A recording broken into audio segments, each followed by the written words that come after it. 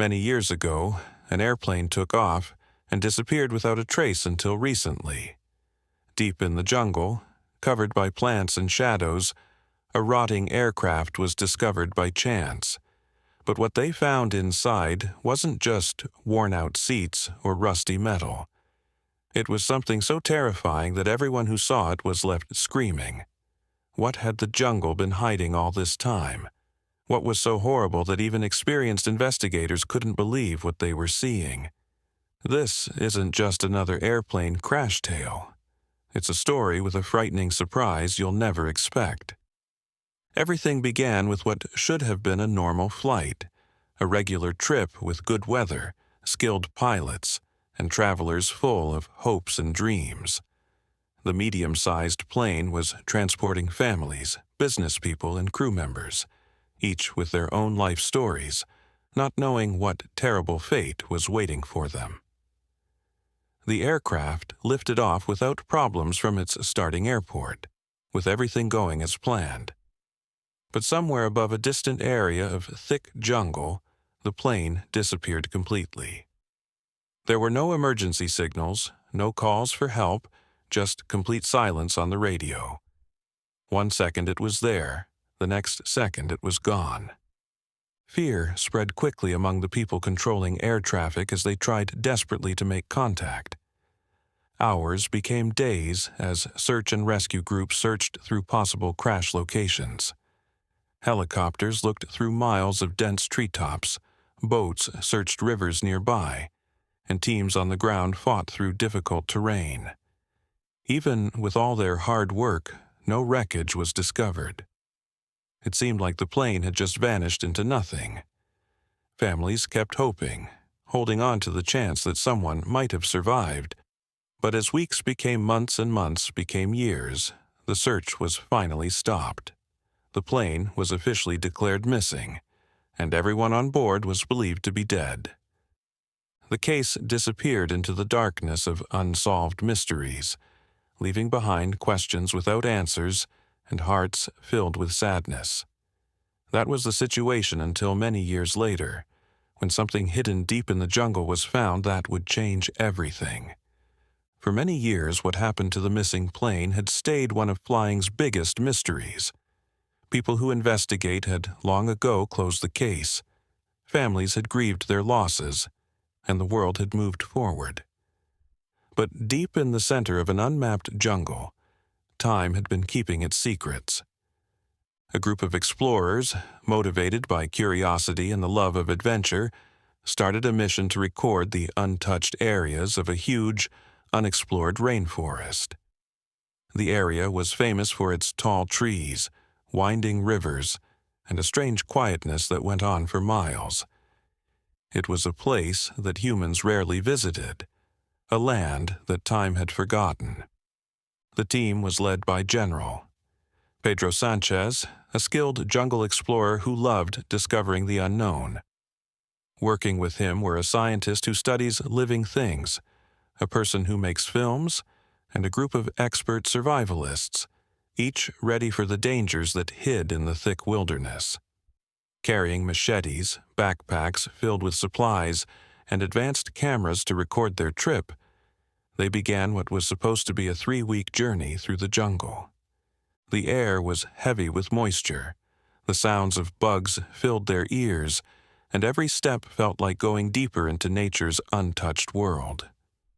But as they went further, strange things started happening. The jungle, full of life and movement, felt strangely quiet at times. Shadows moved oddly between the tall trees, and with each step the explorers felt a growing sense of worry, like they were being watched. Then came the first sign that something was wrong. An unusual metal object, partly buried under thick vines and layers of dead leaves, caught their attention. Brushing away dirt and tangled roots, they uncovered a rusty, unknown piece of wreckage. At first, they thought it might be remains of an old military vehicle or an abandoned research station. But as they searched the area, more pieces appeared: twisted metal, broken glass, and even the unmistakable remains of airplane seats. Their hearts beat fast as they looked at each other. Could it be? Had they found the remains of a lost plane? General Pedro Sanchez took a deep breath, his voice barely louder than a whisper. We need to keep going. With new urgency, the team pushed forward, following the trail of debris deeper into the jungle. After hours of moving through thick plants, they finally saw it. Partly hidden under a roof of tall trees and swallowed by time, the wreckage of a plane lay in front of them. The main body was almost completely whole, though covered in moss and tangled vines. The front was crushed, showing a violent crash, while the wings had been ripped away, probably by the force of the impact. A complete silence fell over the group. For many years, people had wondered where this aircraft had gone. Search teams had looked through thousands of miles trying to find answers. And yet here it was, hidden where everyone could see it, forgotten by the world. The explorers hesitated, looking at each other with uncertainty. What if there were dead bodies inside? The thought made them shiver. General Pedro Sanchez walked carefully forward, reaching out to touch the cold, damaged metal of the aircraft's door. The jungle had tried to take it back, but the frame still stood, worn by weather but strangely well preserved. That's when they noticed something even more disturbing. The door wasn't completely closed. It hung slightly open, as if someone or something had left it that way. A creeping feeling of fear settled over the group. Who or what was inside? The plane stood like a ghost frozen in time, its damaged body telling a story long hidden under layers of vines, moss, and decay. The thick jungle had tried to swallow it completely, but the wreckage refused to disappear. As the explorers walked around it, they noticed disturbing details. The crash had crushed the front like paper. One wing lay broken off several yards away, and the tail was twisted in an unnatural way, half buried under dirt and leaves. But what stood out most was that door, still slightly open. With his heart racing, General Pedro Sanchez reached for the handle. Taking a deep breath, he pulled it open. The door made a groaning sound on its rusty hinges, echoing in a scary way through the quiet jungle. A musty, stale air escaped, a mix of decayed metal, rotted fabric, and something else, something impossible to describe.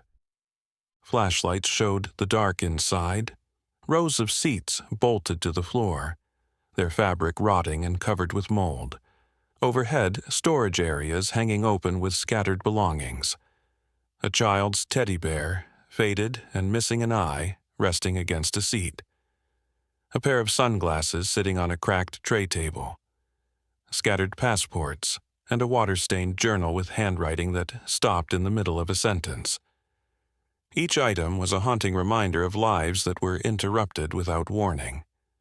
As the team moved deeper into the cabin, they discovered more clues. Torn pieces of clothing, rusty jewelry shining in the light beams, and even an old watch, surprisingly still working, stuck between seats. Then came the most horrifying discovery. Near the emergency exit, a small pile of personal belongings had been carefully arranged, as if someone had survived the crash and lived there for some time.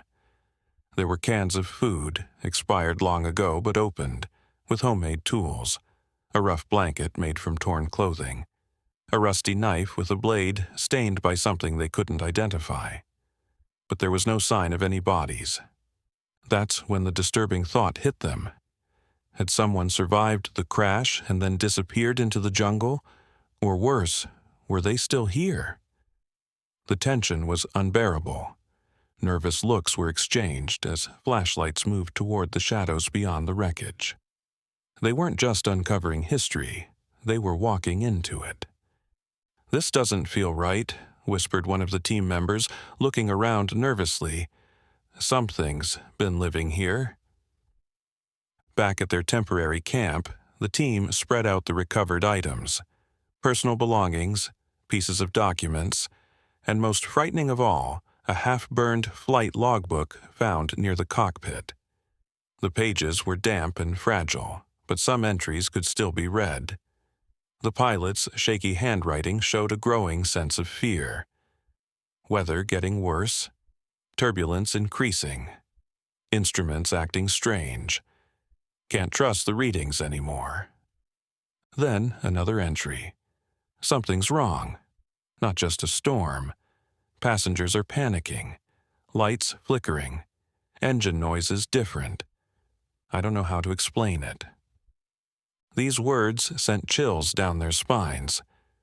It wasn't just a mechanical problem. Something else had happened. Sorry for the interruption. Before we continue with the story, I kindly ask you to like the video and subscribe to this channel. It is very important for us. Thank you very much. General Pedro Sanchez and his team mapped out the plane's planned flight path against where the wreckage was located. It didn't make sense. The aircraft was hundreds of miles off course, deep in an unmapped jungle, far from where any emergency signals had been detected. Theories began to form. A navigation mistake, a desperate attempt to land after losing control, or something more sinister. Among the belongings was a small leather-bound diary belonging to a passenger named Julianne Kupka. Her words painted a frightening picture. The turbulence is unbearable. People are screaming. I feel like we're falling, but the pilot says we're fine. I don't believe him. Something's outside the window, but it can't be. There's nothing but darkness. Her final entry, a shaky scrawl, read, "We've landed or crashed." I don't know where we are. Some are injured. No one's coming. It's been days. Something is in the trees. A shocked silence fell over the team. The idea that someone or something had been near the crash site was deeply unsettling. They weren't just handling artifacts.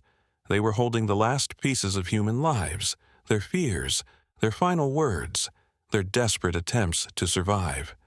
"Listen," said General Pedro Sanchez to his team that evening. "We need to be very careful about what we do next. This is bigger than we thought." Then, as they put together the clues, the mystery began to unfold in ways none of them expected.